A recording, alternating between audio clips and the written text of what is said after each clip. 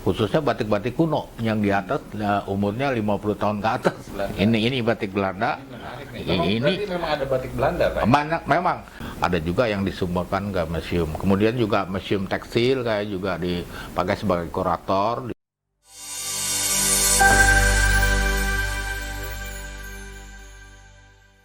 Assalamualaikum warahmatullahi wabarakatuh.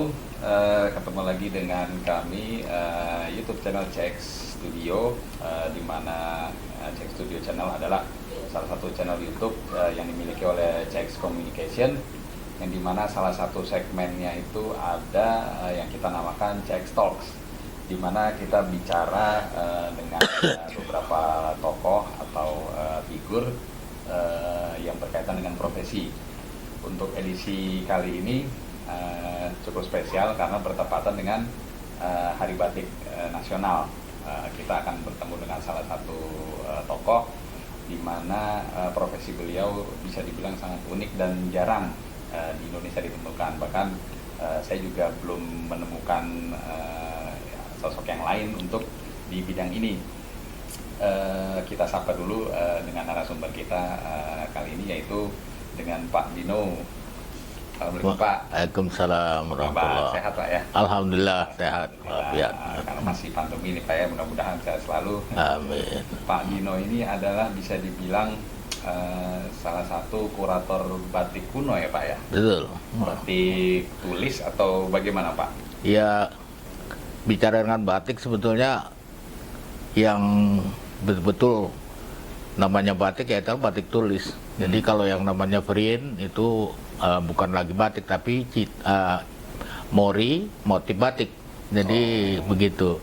Jadi kategori batik adalah cuma dua, batik tulis dan batik cap. Oke, cuma gitu. Dua, ya, Pak, ya? Sama Jadi, dua. Pak Dino ini adalah kurator batik tulis, ya? Iya, batik. Karena tadi batik ya, hanya itu aja ya. Iya, iya.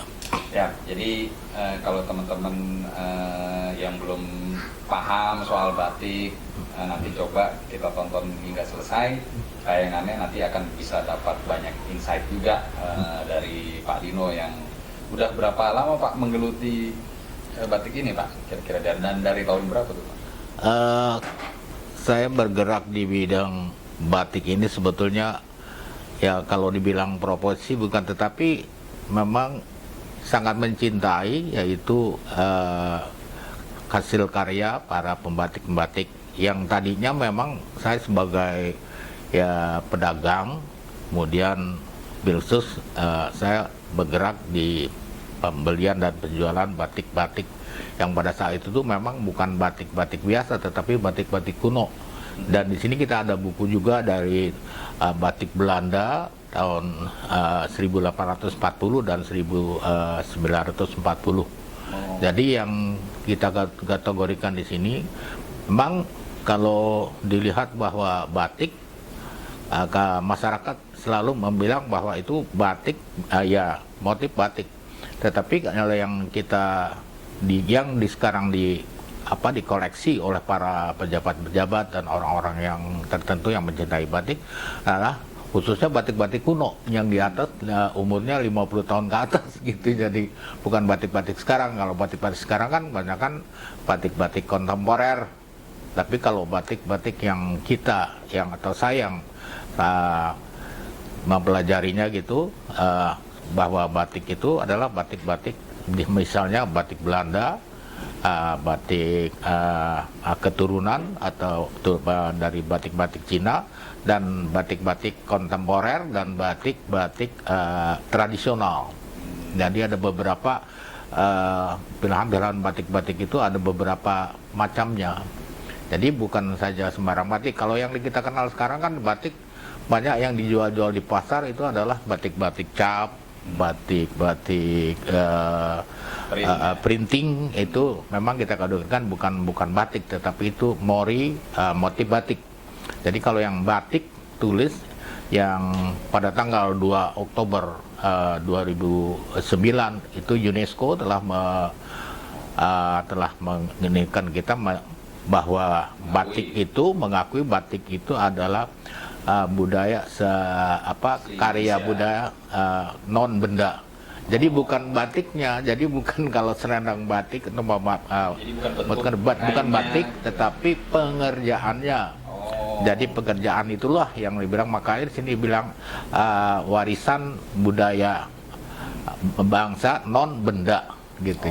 Jadi warisan budaya non benda. Jadi bukan bendanya, bukan batik, tetapi pengerjaannya. Karena banyak beberapa negara lain pun juga bikin seperti India. Itu kita kenal sebagai batik sebagi atau batik yang dibawa oleh para pedagang-pedagang Gujarat tahun abad 18 itu adalah batik print. Jadinya batik di situ block print. Mereka bikin juga, tetapi dia punya kapas bagus sekali. Itu di antara itu ada juga yang mengoleksi batik-batik tersebut gitu kira-kira.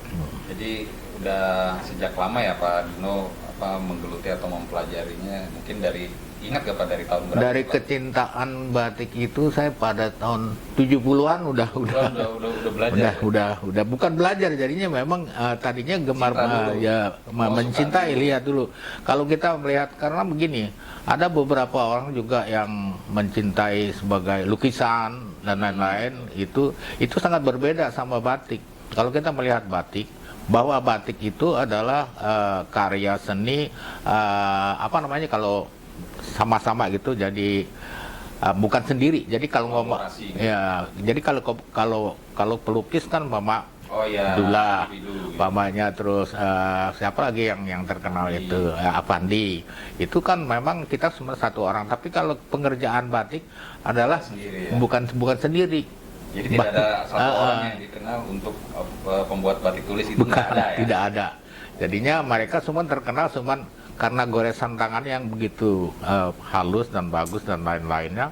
Kemudian kalau mamanya batik-batik yang sekarang itu jauh di bawah dengan batik-batik. Kalau kita bisa bandingkan dengan batik-batik yang kuno yang lalu, itu perbedaannya sangat sekali.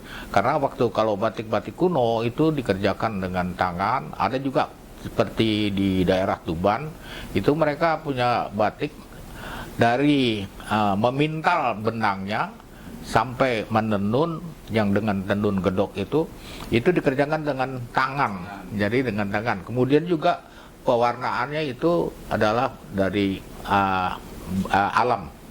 Nggak ada batik-batik yang dulu itu dikerjakan dengan sintetis atau ini ya, kimia gitu. Setelah timbul awalnya kan minat dari kecintaan gitu ya, kecintaan, terus mulai mungkin ada ketertarikan. Apakah awalnya dengan mengkoleksi batik tersebut atau Betul. jadi mulai mencari apa saat itu melihat peluang, oh ini sebagai satu pilihan saya berniaga atau gimana tuh Pak? Asal mula daripada kecintaan saya batik, sebetulnya saya dulu kan pedagang ya, istilahnya pedagang barang-barang antik lah begitu. Antik, ya. Kemudian saya berteman dengan seorang Amerika, itu ada satu orang Amerika, dia menyatakan bahwa ini Pak Dino, ini akan kedepannya akan bagus dibanding dan malah orang asing yang tadinya menyintai batik. Dari situlah saya suka jual batik ke mereka gitu. Jadi juga bukan ini, jadi benar juga mungkin ya. Kenapa Anda tidak selainnya begitu? Nah, akhirnya disitulah saya selalu jadi jadi mencintai batik. Benar juga nih kalau begitu, kayak itu buatan bangsa sendiri. Kemudian juga dilihat keunikannya daripada lukisan dengan batik, dia bandingkan. Jadi begitu.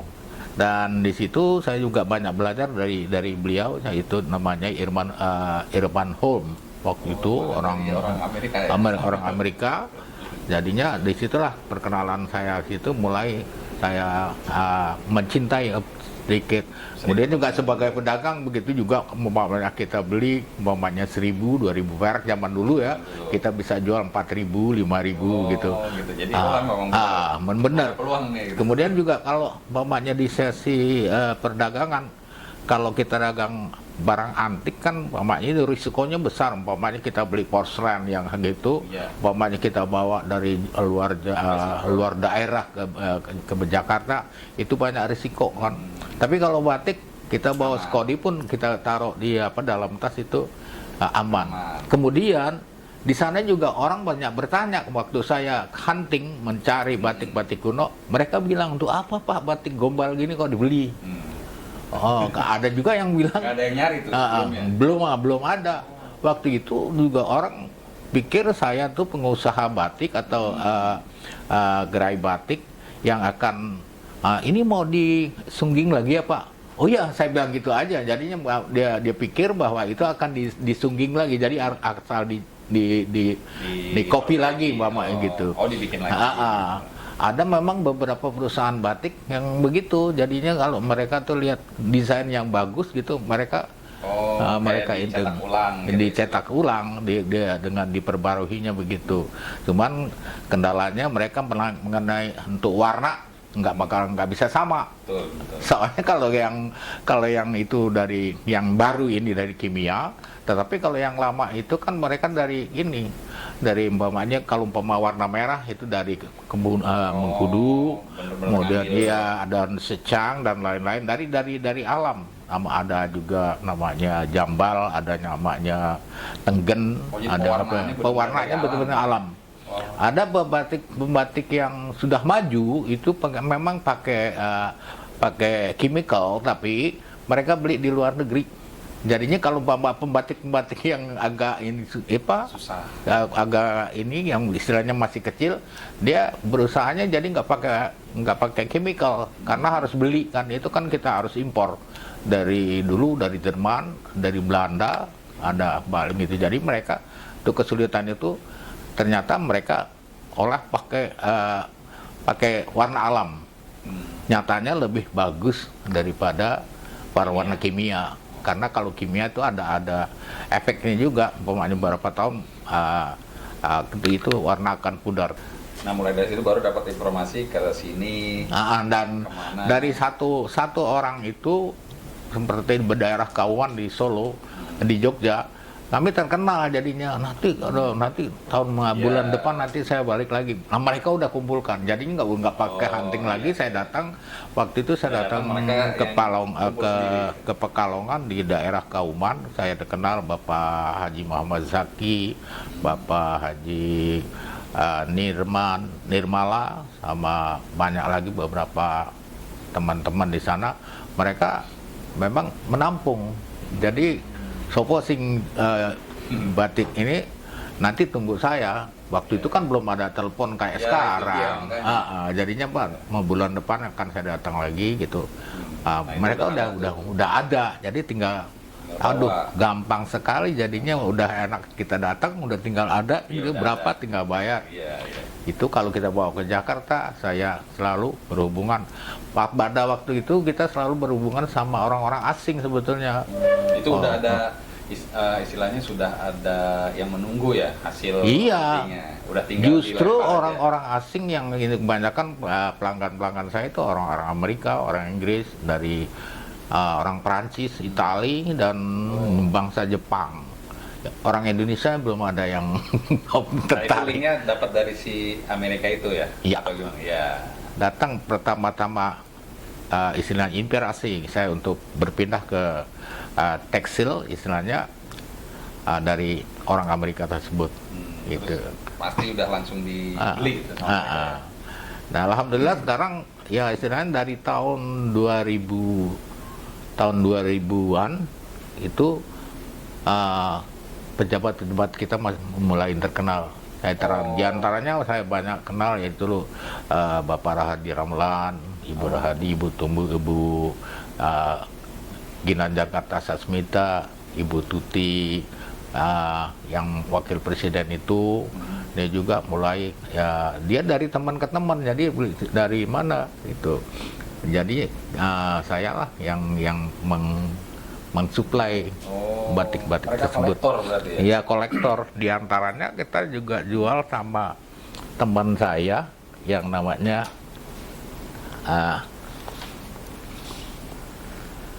ini batik Belanda. Ini batik Belanda. Ini menarik nih. Ini Berarti memang ada batik Belanda, Pak? banyak memang, tapi Asli yang Belanda. ini perusahaan Belanda, Oh, tapi yang membatik industri. orang Indonesia Di Belanda.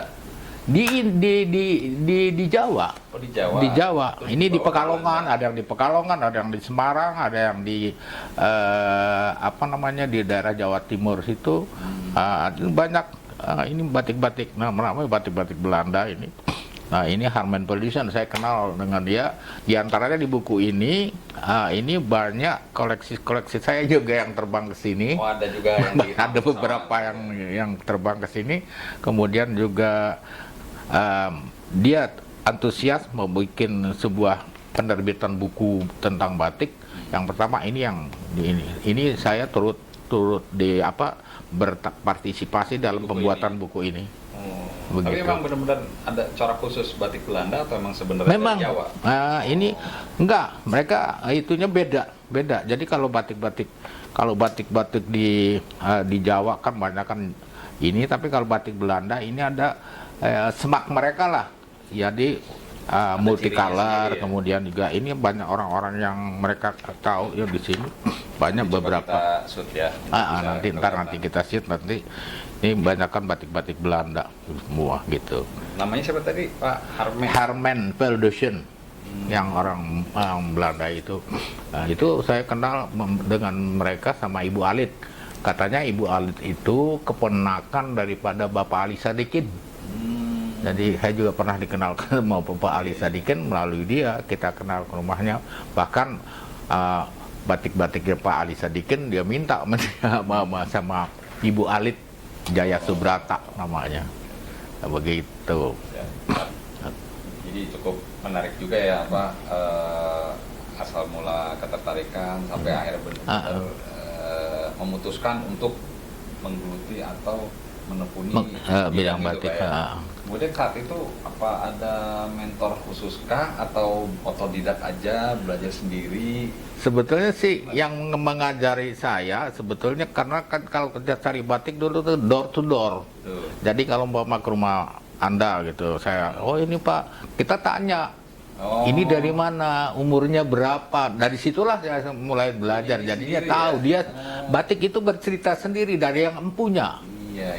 Dia juga suka untuk jual kan dengan harga yang lumayan. Dia pikir ya, nah ini saya bertanya, ini batik dari mana Bu? Ini begini sejarahnya apa dari mana? Oh dari saya kecil dulu Pak, saya di Murun ini begitu jadinya.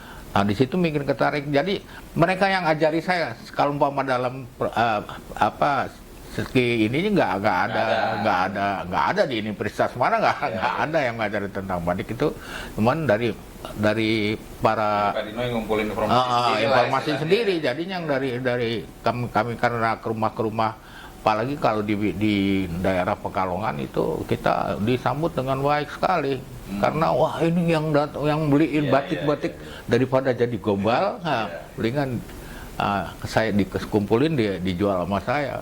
Jadi cerita apa adanya. Ada yang ini untuk cucu saya, ini yang namanya untuk cungkinan, fungsinya apa aja semua ada. Banyak kan karena kalau produk Cina itu dari batik Cina itu banyak beberapa macam dari mulai namanya setangan itu selampe sampai bed cover sampai tablecloth sampai apa semua macam-macam mereka aplikasi, bikin. Jadinya batik bukan untuk pakaian aja tetapi untuk benda-benda yang barang-barang lain pun mereka produk gitu kira-kira.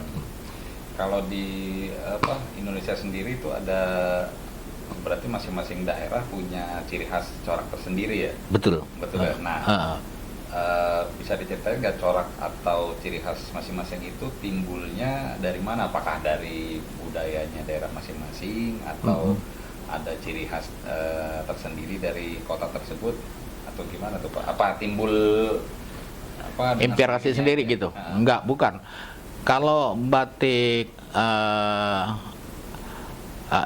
batik Jogja Solo itu memang dia punya psikologi sendiri. Jadi dari mana tuh dia ambil psikologi? Ambilnya dari ini, lihat aja di fitur-fitur di candi-candi mereka tuh kan ada bunga kusuma, ada seperti cantel dan lain-lain. Mereka dari situ. Jadi betul-betul. Kemudian kalau batik-batik memang batik Jogja Solo itu mempunyai filosofi. Jadi nggak sembarangan. Jadi beberapa macam batik seperti parang, ada berapa ratus parang, ada juga umpamanya Sido Mukti, Sido Asih, Sido Muncul, Sido Dadi, itu semua punya filosofi. Lain dari batik-batik yang dibikin di Pekalongan. Itu nggak ada. Cuman kalau batik Pekalongan mereka yang dikerjakan oleh masyarakat Cina, itu mereka mengadopsi, jadinya batik sepertinya ada Cempaka Mulyo, itu mereka biasanya pakai untuk adat perkawinan. Dan di dalamnya itu ada sidonya, ada Sido Mukti, ada parang dan lain-lain. Jadi dia mengadopsi ini di mana dia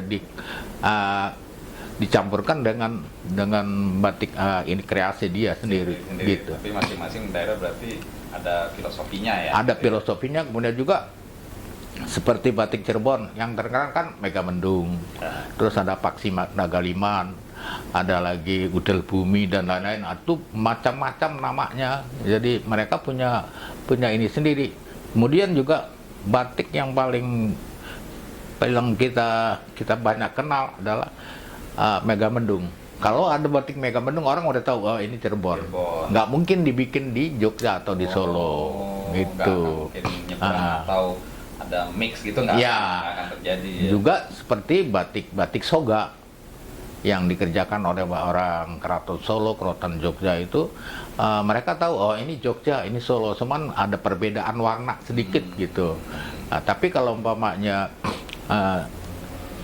desainnya itu beda-beda. Betulnya lain-lain ya. Lain-lain.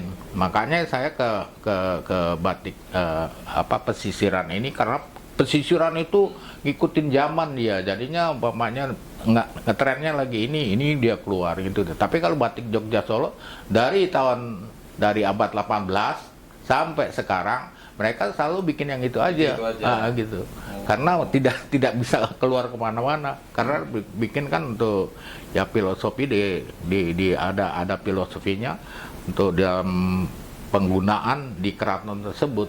Itu jadi ini yang harus dipakai oleh para raja, nggak boleh dipakai untuk masyarakat. Oh iya. Begitu. Jadi umpamanya ada juga yang dipakai oleh abdi dalam, nggak boleh dipakai prajurit gitu. Jadi ada aturan-aturannya dulu. Tapi kalau sekarang nggak tahu deh. Ya udah ini. Masa kerajaan. Kalau dulu seperti parang barong yang gede itu nggak boleh dipakai oleh orang-orang sembarangan orang, nggak boleh. Seperti dodot yang lebarnya itu ada yang 6 meter, ada yang 9 meter.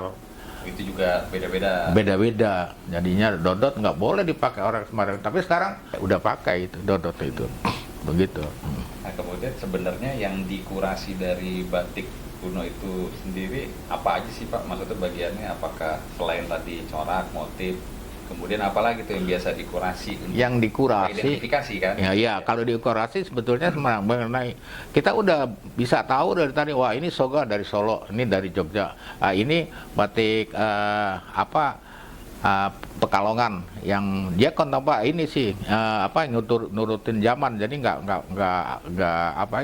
tidak melulu dia bikin cuman ada ciri khasnya, dia pakai, kalau banyak kan Pekalongan kan sarung, mereka punya kepalanya, ada kepalanya. Kepala itu maksudnya gambar bagian dari batik, karena batik punya, kalau batik sarung itu kan ada badan, ada pinggir, ada kepala, begitu.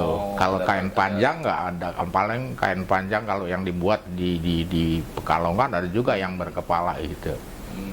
Dari situ juga berarti ya, selain motif. Nah, kalau untuk identifikasi tahun pembuatannya itu dari orang yang saya beli. Berarti harus ya ingat. Jadi kan kita tahu, mamanya kita beli yang bikin, oh ini iya, ini zamannya ini Pak, ini gini, ini tahun sekian. Kita bisa udah lebih ngerti, jadinya udah, oh itu juga kan ya istilahnya tidak pasti gitu. Jadi kira-kira. Kira-kira. Jadi Tapi sebenarnya di batik tuh ada tulisan tahun pembuatan gitu nggak sih? ada saya pernah dapetin. Saya pernah dapetin batik dari Sidoarjo itu dibuat tahun 1928. Itu ada nama pembuatnya. Nggak semua. Itu bentuknya apa namanya, untuk altar cloth. Itu ada nama si pembuatnya dan tanggal, dan ada tanggalnya, tahunnya. Ini kita udah tahu ini batik Sidoarjo, tapi begitu saya lihat, loh ini ada pembuatan tanggalnya. Dari situ kita bisa mempelajari dari warnanya, dari tarikan, karena kita memang udah sering lihat gitu. Nah, jadi kita kira-kira, ya, jadi sirka ya, nggak pasti. Oke. Nah, selama ini berarti kan tadi cerita mulai sekitar menjelang tahun 2000 sampai 2000 awal sudah mulai bertemu banyak tokoh lah gitu loh, maksudnya yang mereka ternyata kolektor dan bisa jadi kenal sama Pak Dino. Nah, udah kerja sama berapa orang atau siapa aja nih Pak? Maksudnya yang terkait sama public figure atau tokoh yang ada di Indonesia gitu. Pertama-tama saya berkenalan sama Yosepin, yang namanya sekarang dia bikin itu sangat terkenal di dunia sekarang, dia terkenal, yang namanya Obin itu ya. Ya dia punya nama Yosepin Komara sebetulnya. Itu teman dari, memang sering saya sama suaminya juga saya kenal, jadinya dia memang sampai sekarang dia masih buat batik. Jadi dia besar ya, buat batik juga. Dari tadinya sih nggak begitu tertarik, tetapi setelah kita berteman sama dia bikin perusahaan batik yang namanya Obin atau Bin House ya. Di rumahnya Bin House itu sangat terkenal. Itu banyak pejabat-pejabat yang berlangganan dengan dia. Kemudian saya ditengenalkan. Iya, yang malah dikenalkan sih Mas. Siapa aja tuh Pak? Pernah saya dikenalkan sama Ibu Tutut. Jadi banyak di situ, Ibu Rahardi Ramelan, Ibu Ginanjar Kartasasminta, Ibu Widodo, Ibu banyak nanti ada foto-foto yang itu. Kemudian sama Ibu Tati, kalau nggak salah buat Tati Nirwan Bakri, sama Ibu ada juga sama Ibu Ibu Ika Nirwan Bakri, kemudian juga sama Ibu Tri Sutrisno saya pernah juga, dan pernah saya dikenalkan juga ada gambarnya itu sama waktu itu dia Menteri Peranan Wanita, Ibu Min Sugandi. Ibu Min Sugandi itu tahun-tahun 90-an berapa gitu ya, kalau saya waktu masih zamannya Pak Harto itu. Jadi dari melalui Obin itu saya banyak dikenalin. Banyak linknya. Kemudian juga kalau ada pameran saya selalu dipakai untuk sebagai kurator. Jadi ini kamusnya batik. Jadinya kalau umpama kita pajang, ada yang bertanya, saya yang jawab. Gitu. Ini dari mana? Ini gini tahun berapa kira-kira gitu.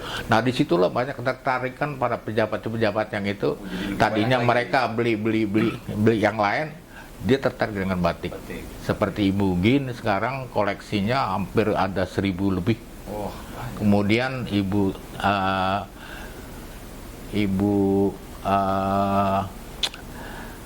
Rahardi Ramelan itu ada 2000 lebih. Yang paling ini lagi ada seorang Jepang tapi suaminya orang Indonesia, itu Ibu Eko Kusuma, Ibu Adan Eko Kusuma. Di situ saya dipakai. Jadinya banyak untuk mengkorasi batik-batik koreksinya dia yang berjumlah ada 1400 berapa gitu. Mereka bikin. Kemudian juga pernah diajak saya ke Jepang waktu pameran buka pameran koleksi dia di Fukuoka, Jepang. Saya juga hari ini, jadi kamusnya harus dibawa katanya. Jadi ikut banyak ya. Iya. Itu sampai sekarang masih ada berhubungan atau masih suka? Ada. Kalau Ibu Eko kan udah meninggal ya, udah nggak ada. Jadi anaknya pun udah nggak banyak yang tidak nerusin gitu. Tapi koleksinya masih ada. Ada, masih ada, masih siap di situ. ada juga yang disumbangkan ke museum. Kemudian juga museum tekstil kayak juga dipakai sebagai kurator di museum tekstil. Kemudian museum tekstil apa lagi, Pak? ada lagi di Yayasan Batik Indonesia.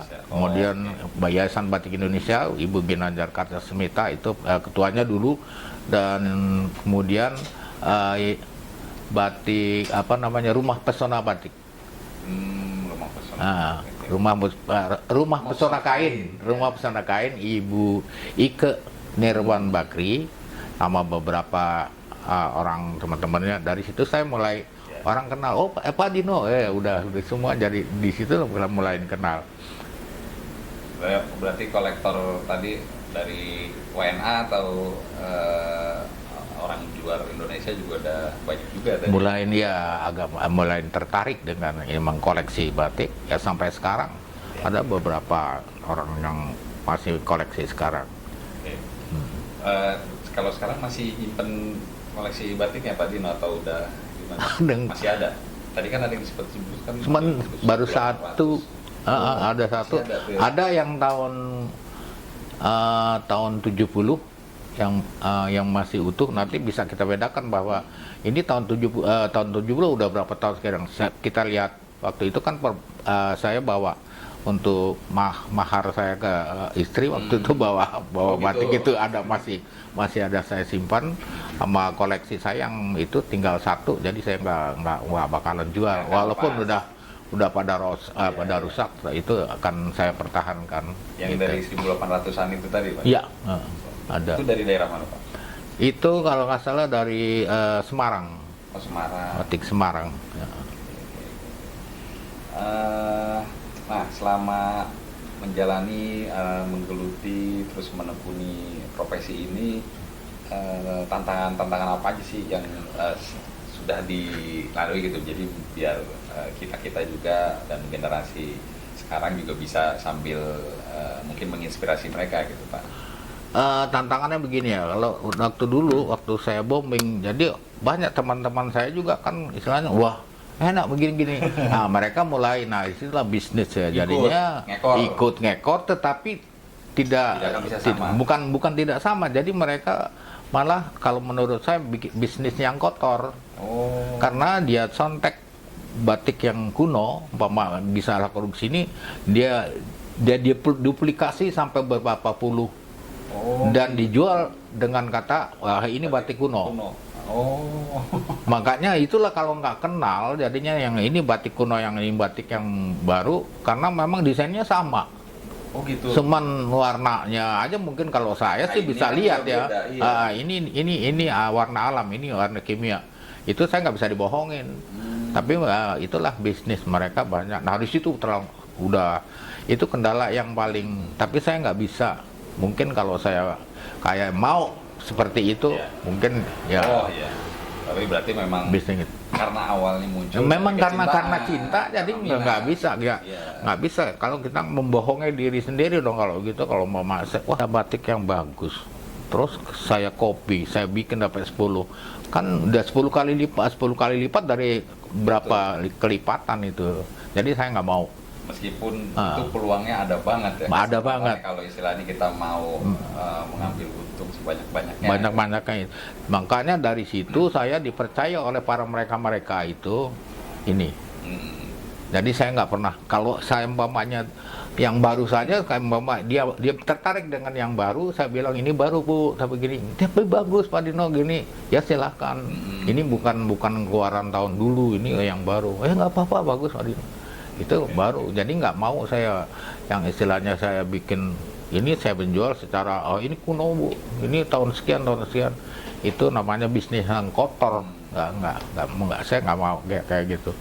Jadi begitu ada mulai seperti itu, tindakan Pak Dino waktu itu ya jalan seperti biasa aja. Jalan seperti biasa aja. Ada misalkan harus susun strategi apa atau apa, nggak ada ya pokoknya. Banyak teman-teman yang booming bagus gitu, karena dia juga punya uang banyak, dia bikin banyak, silakan saja. Nggak apa-apa, kita bukan ini sih, saya karena cinta dengan batik jadinya nggak tergiur dengan ulah-ulah para mereka semua. Malah saya banyak dipertanyakan sama mereka. banyak dipertanyakan. Kita kan bisnis gini-gini ya, tapi kan ya membohongi Ini sendiri. benar. Beda. Ini kan menjaga heritage lah istilahnya. Makanya dari pelanggan saya ada yang berhubungan sampai saya, ada yang seperti Ibu Eko Kusuma, saya berhubungan sama dia lebih dari 30 tahun. Wah. Ibu Rahadi Ramelan hampir 20 tahun.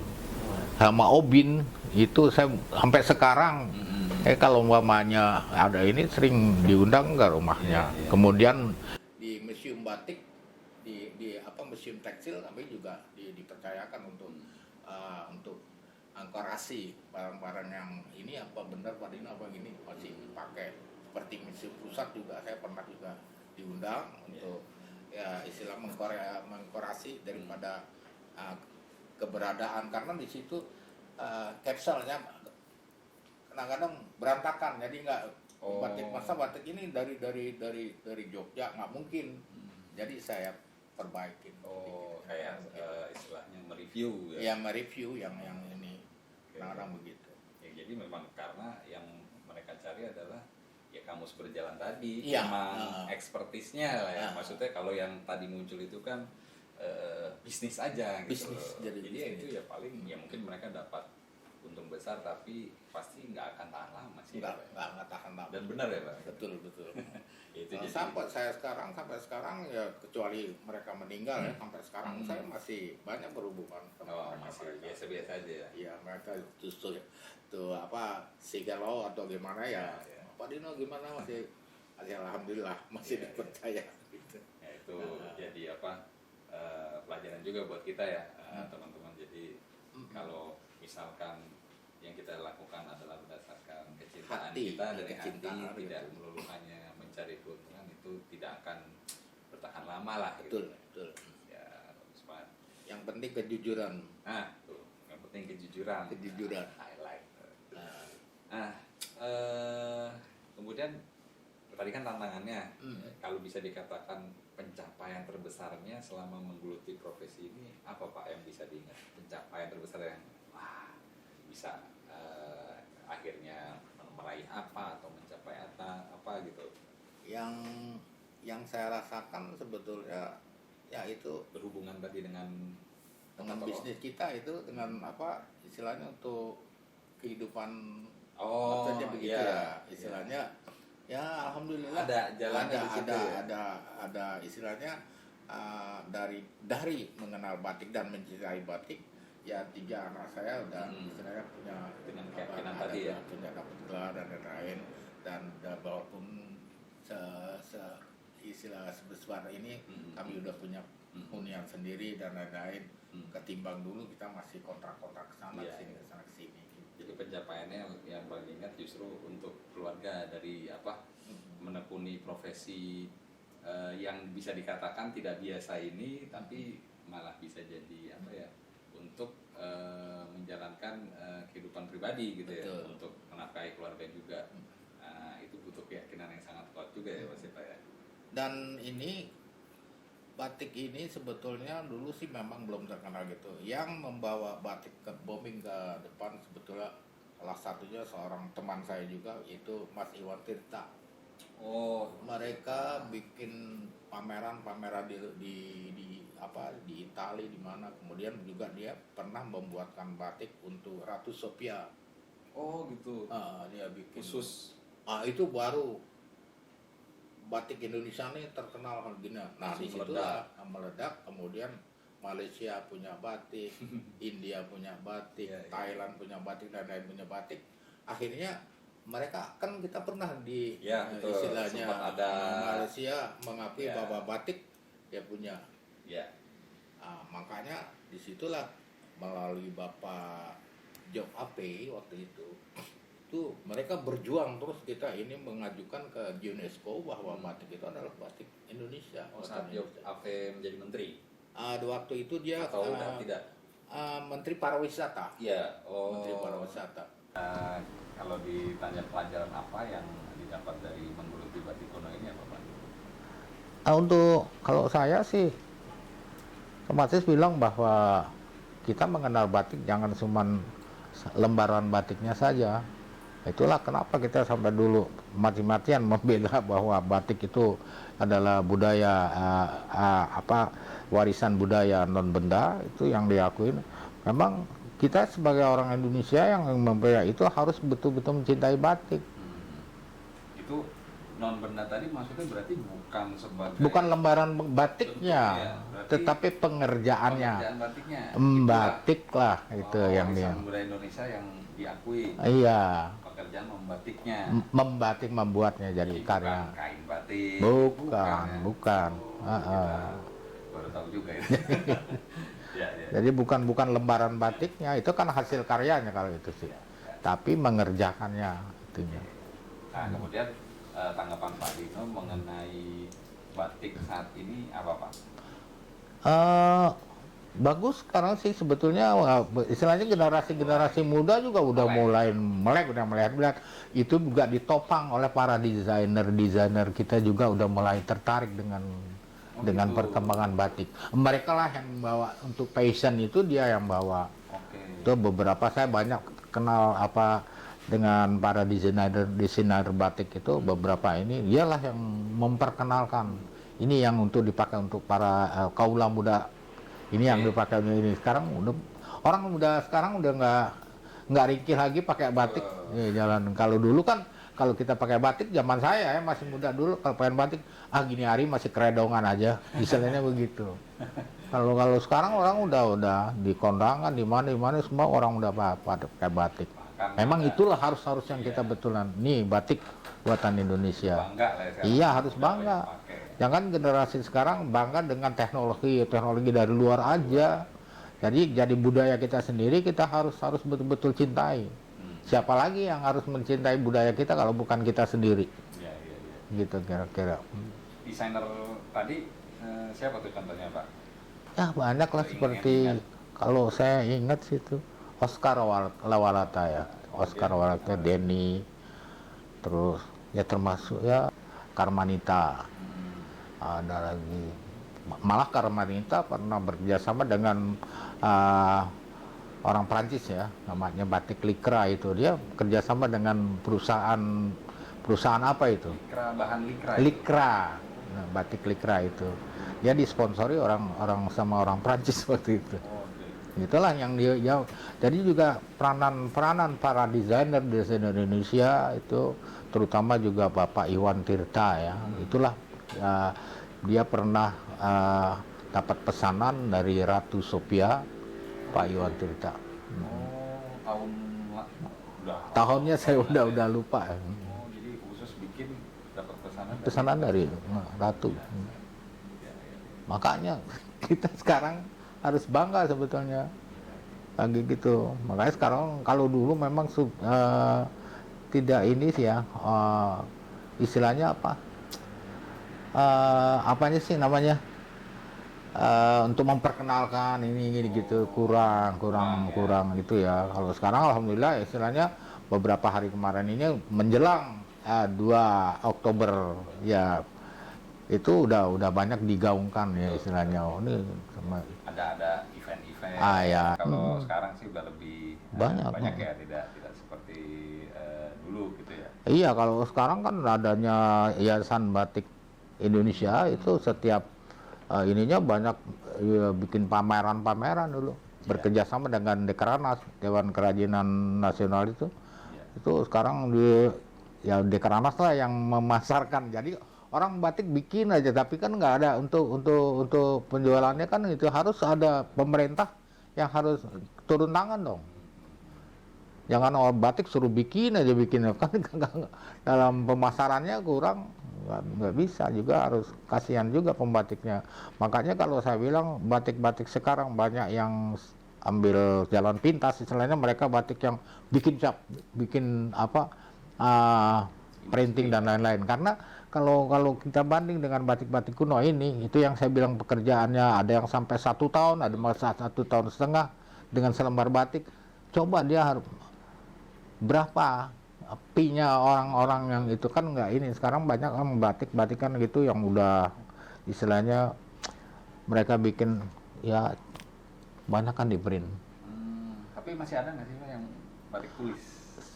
cuma tinggal dihitung jari dan itu kurang banyak ya. Minatnya tidak ada atau sudah tergerus sama tadi udah banyak mengejar demand lah bisa dibilang orang udah banyak yang mau pakai batik jadi mengejar produksi jadi lebih ke industrinya sekarang. Soalnya begini, pekerjaan batik itu kalau yang dikerjakan dengan batik tulis, kalau bukan pesanan ya nggak mau. Pembatik-batik itu nggak ini. Jadi nggak ada Kalau produksi bapak sendiri. mau pesan batik baru saya kerjakan.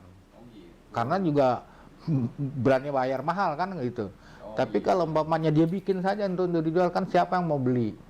Nah disitulah makanya diambil jalan pintas. Nah saya pernah bicara sama pengrajin batik yang di Pekalongan, Pak kalau saya nggak bikin begini siapa yang mau gaji karyawan saya yang tukang batiknya? Iya, iya. Ya saya walaupun gimana, walaupun hati ini tidak apa istilahnya nggak ini, dia bikin yang print untuk membiayai membatikan yang ini, yang tradisional jadinya. Ya begitu, jadi karena juga generasinya mungkin sedikit Itu dia. habis seperti di Kudus banyak ambil sama pabrik rokok. Iya. Pekerjanya. Seperti di Pekalongan kembali lihat. Karena butuh penghasilan. Iya, pembatik yang muda udah nggak ada, mereka di atas 60 tahun semua yang kerjakan batik. Mengkhawatirkan dong, Pak. Tidak ada yang meneruskan. Itulah sebetulnya sangat prihatin sekali. Saya juga sangat prihatin sekali.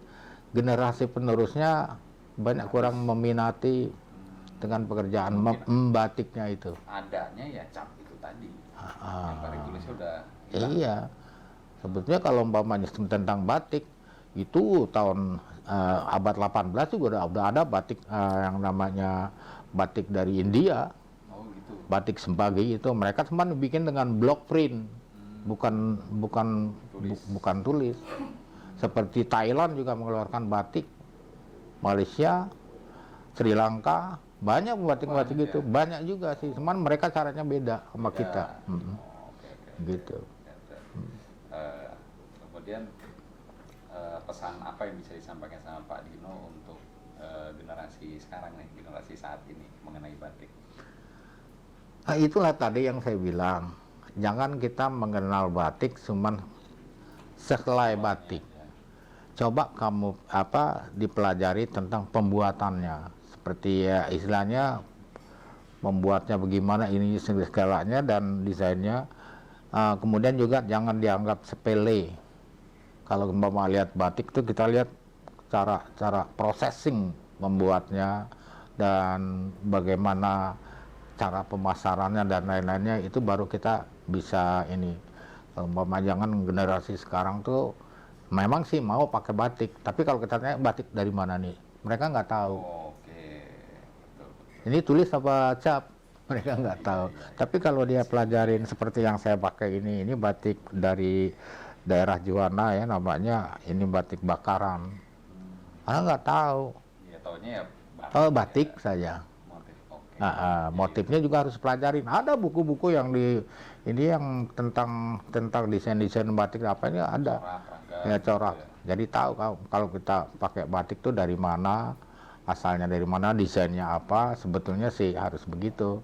Cuman kalau asal pakai batik aja kurang inilah. Oke, itu jadi Tapi juga sekedar dia semua mau pakai batik pun saya udah acungin jempol, bagus. Kamu nggak malu pakai batik itu. kalau sekarang sih ya banyak lah. Banyak ya, pemerintah juga tidak ambil, seperti nggak kan ada batik kopri, Ya. ada batik guru, ada batik macam-macam lagi, batik yang perusahaan-perusahaan lain gitu juga. Teman itu bukan batik, kalau menurut saya itulah ada istilahnya mori motif batik, karena bikinnya print. Oh gitu. Yang namanya batik tuh dikerjakan dengan tangan, dan di penghalangnya itu adalah malam tadi, lilin itu. Tapi kalau yang pamannya print itu kan kayak nyetak koran aja gitu. Nah, kemudian sekarang balik ke awal ini kan kita bahasnya tentang profesi yang di Jalan Sampah Dino yang bisa dibilang sangat jarang dan unik lah, orang sangat sedikit yang menekuni. Kembali kita minta pesanan dari Pak Dino nih untuk generasi sekarang buat pesan apa yang bisa disampaikan terkait sama profesi nih? Mungkin ada yang butuh dapat inspirasi, misalkan harus menggeluti suatu bidang harus bagaimana, atau apalah istilahnya petuah atau saran dari Pak Dino buat generasi sekarang terkait profesi. Kalau untuk saya, untuk generasi penerus saya, yang penerus yang akan datang, jangan cuma batik aja. Ada beberapa potensi-potensi yang ada di Indonesia ini yang bisa kita angkat, kita kenalkan. Kalau perlu kita perkenalkan ke dunia begitu, bukan batik saja sebetulnya. Banyak pasti. Banyak pasti. Budaya Indonesia kan Saya rasa Anda yang generasi muda ini lebih tahu dari saya. Banyak sekali tentang budaya, tentang seni, tentang apa gitu. Itu ada potensial sekali untuk kita pelajari, kita tekuni dan kita cintai. Nah, itu kita perkenalkan. kita gaungkan, gitu. Walaupun itu tidak ada di perkuliahan tidak ada ya, tetapi yang ini kita perlu dalami, jangan tentang batik saja. Banyak masih macam-macam yang harus kita gali untuk memperkenalkan ya budaya bangsa kita, dan banyaklah macamnya kira-kira gitu. Yang jangan sampai seperti yang Pak Dino awalnya, batik ini justru malah hadirnya dari orang asing, tidak ada yang melirik. Ya jangan sampai sekarang tuh maksudnya seperti itu. Ya. Di budaya Indonesia yang lain kalau bisa kita juga mulai lestarikan. Selain lestarikan juga harus kita perkenalkan. Iya. Jadi tanpa itu juga agak sia-sia gitu. Jadi kalau bisa ditekuni dan digaungkan. Betul. Ya jangan sampai ada yang mengklaim lagi. Iya, benar-benar. Ya, Pak. Ya, mungkin itu saja sih obrolan kita hari ini karena waktu terbatas. Terakhir mungkin sebagai penutup, apa nih pesan-pesan dari Pak Dino? Ya boleh secara umum atau terkait sama batik lagi. Sebagai penutup terakhir, Pak. Penutup terakhir apa ya? Jadi saya rasa sudah cukup yang saya sampaikan. Tadi kalau kalau kita bicara tentang itu yang tadi, untuk generasi yang sekarang ini, jangan cuma tentang batik. Banyak potensi-potensi yang ada di negara kita ini yang bisa digali. Jadi umpama profesi seperti saya ini memang jarang sekali. Tapi kalau Anda menemukan, Anda pun bisa. Bisa. Itu saja saya rasa yang bisa saya sampaikan. Ya, sangat baik sekali. Jadi selain batik kita harus mencari lagi apa budaya Indonesia yang sangat banyak itu ya, bisa dicari dan bisa digali lagi gitu. Oke, terima kasih Pak Dino atas waktunya. Nanti mudah-mudahan kita ada sesi khusus lagi nih kayaknya. Mudah-mudahan ya.